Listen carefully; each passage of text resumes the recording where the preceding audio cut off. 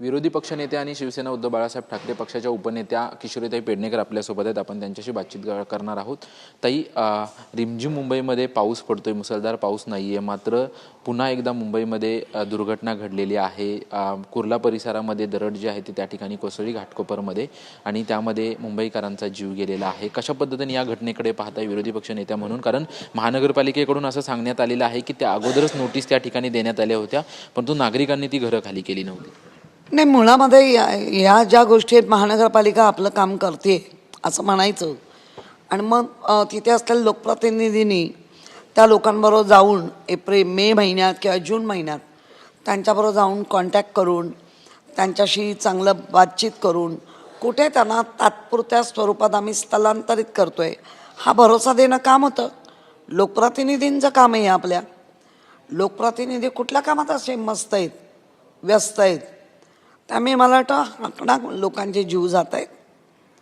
मी असं नाही म्हणणार याला हेच जबाबदार आणि तेच जबाबदार, पण योग्य वेळी जबाबदारी घेतली असती तर हा हादसा टळला असता. ही प्रशासनाचा हलगर्जीपणा आहे की सत्ताधाऱ्यांचा हलगर्जीपणा? नाही, मुळात प्रशासन म्हणतंय आम्ही नोटिसा ठोकल्या. अनेक वर्षाचा अनुभव आहे असं म्हणतात. तिथे राम कदमसारखे आमदार आहेत, तिथे लांडे मामासारखा आमदार आहे, तिथे मॅडमचा पण मतदारसंघ आहे महापौरांचा, आजूबाजूलाच आहे.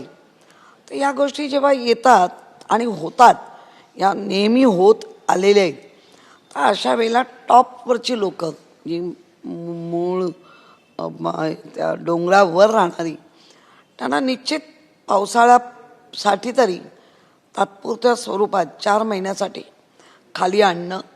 एक वेळ घरं वाहून गेली, बांधता येतात, पण लहान लहान बच्चे ज्या निष्काळजीपणामुळे मृत्यू पावले आहेत त्याला नक्की ते जे असलेले नातेवाईक म्हणजे जे काही कुटुंब, त्याला जबाबदार धरायचं की प्रशासन आणि सत्ताधारी? मला असं वाटतं प्रशासन आणि सत्ताधाऱ्यांनी योग्य वेळी निश्चित जबाबदारी करून काम केलं असतं. ही निश्चित जबाबदारी होत नाही. नोटिसा ठोकून आलो, लावून आलो, काय करायचे आहेत? त्याच्यानंतर कधी गेलात, त्याच्यानंतर कधी समजावलात, तिथला लोकप्रतिनिधी कधी गेला होता, कोणाशी बोलले होते, या गोष्टी आजही अनुवृत्तीत आहे. अजून 15 दिवस ऑगस्ट महिन्याचे आहेत, सप्टेंबर महिना आहे, आणखी पाऊस पडण्याची देखील शक्यता आहे. जे तिथले लीडर लोक आहेत राजकीय, त्यांनी या गोष्टीवर विचार केला पाहिजे. मुंबईच्या महापौर तिथल्याच आहेत. मामा लांडे जे आमच्यात होते मग गेले, ते तिथे आहेत. राम कदमसारखा ते तिथे आहेत. त्यांनी करावं हे सगळं. आता पुढे महानगरपालिकेने आमदार त्यांचे काय नाही, पुढे काय काळजी घेतली पाहिजे? महानगरपालिका काळजी घेईल, ती घ्यावीच लागेल, पण त्याच्यासाठी सतर्क लोकप्रतिनिधी असतील तर महानगरपालिका अधिक पळते, असा माझा अनुभव आहे. दुसरीकडे काल गटनेत्यांची बैठक झाली, आणि त्या गटनेत्यांच्या बैठकीमध्ये सत्ताधारीच पक्षाची कुठेतरी नाराजी पाहायला मिळाली. भर बैठकीमधून स्वतः गटनेते असलेले, स्थायी समितीचे सदस्य असलेले अमेय घोले, काहीतरी ते घडलं, कुठल्या कारणाने घडलं मला माहिती नाही, पण त्यांच्या अमेय घोलेच्या पण पक्षात त्या 2 नगरसेविका टेक देऊन बसलेल्या शेवटपर्यंत. मग त्यांच्या तरी पक्षात आलबेल आहे का? म्हणजे सत्ताधारी आणि शिंदे गुट हे तरी कुठे आलबेल आहे? पण उपमहापौरांचा मागच्या वेळेस एक स्वच्छतेचा महापौर नव्हतेच, ते कधीच नसतात. कालच्या गटनेत्याला पण महापौर नव्हते, उपमहापौर कधीच नसतात, नेमके कुठे बिझी असतात. स्वच्छतेचा एक कार्यक्रम या ठिकाणी झाला होता, अक्षय कुमार महानगरपालिकेमध्ये आला होता, तेव्हा थेट पत्र दिलं होतं की योग्य तो मान सन्मान केला जात नाही. आता अमेय घोलेंची नाराजी, सत्ताधारी पक्षामध्येच नाराजीचं वातावरण. उपमहापौरांचे टर उडवत आहेत, बंगला मागितला म्हणून लोक त्यांचीच. ते पण उपमहापौरांनी पाहायला पाहिजे. आम्ही काय झालं, उपमहापौरांची जर पत्र लावणार असतात बंगल्याची, तर आमच्याकडे पण अनेक लोक आमच्या घरी येतात. आमचं तर बाबा घर, आम्ही काय 1 कोटीचे घड्याळ वापरणारी लोक नाही का, आम्ही 2000 स्क्वेअर फुटात राहणारी लोक नाही. आमचं साधं 500चं घर आहे.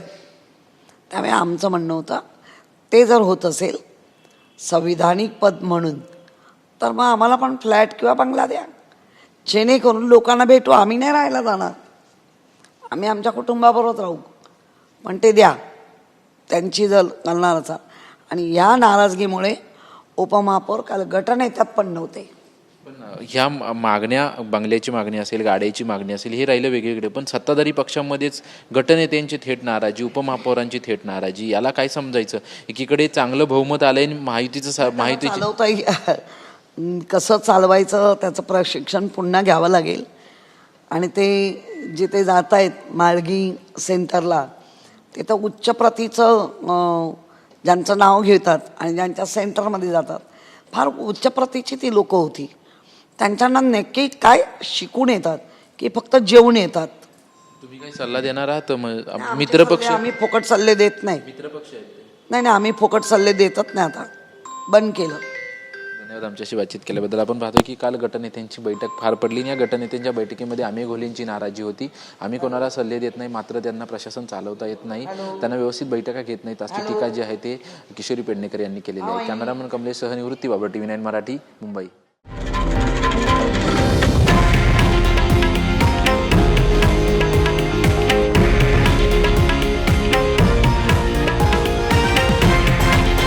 हे आहे देशातील नंबर 1 न्यूज नेटवर्क आणि आपण पाहत आहात TV9 मराठी, एकमेव.